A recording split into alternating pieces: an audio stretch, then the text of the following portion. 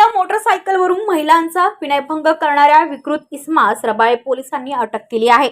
एक 22 वर्षीय तरुणी तिच्या मैत्रिणीच्या घरी जात असताना सेलिब्रेशन बिल्डिंगच्या मागील गेट समोर सेक्टर 6 ऐरोली येथे आल्या असता आरोपीने त्याच्या जवळ असलेल्या बर्गमन कंपनीच्या पांढऱ्या रंगाच्या स्कूटीवरून फिर्यादीचा पाठलाग करून त्यांचा विनयभंग करण्याच्या उद्देशाने त्यांच्या पाठीमागील पार्श्वभाग पकडून दाबून तेथून पळ काढला।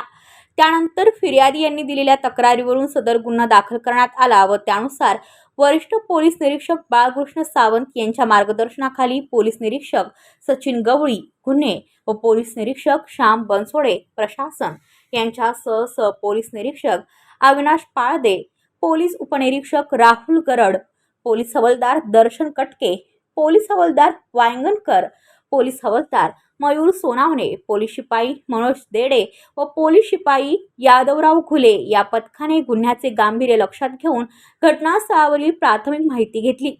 घटनास्थळाचे प्राप्त सीसीटीव्ही फुटेज, तांत्रिक तपास तसेच गुप्त बातमीदारामार्फत आरोपीचा शोध घेऊन आरोपी कृष्णा महेंद्र कनोजिया वय वर्ष 21 यास ताब्यात घेण्यात आले असून पुढील तपास सुरू आहे। ब्युरो रिपोर्ट पनवेल वार्ता न्यूज। आपल्या परिसरातील बातम्या आमच्यापर्यंत पोहोचवण्यासाठी स्क्रीनवर दिलेल्या क्रमांकावर संपर्क साधू शकता। दूरध्वनी क्रमांक 8652414343।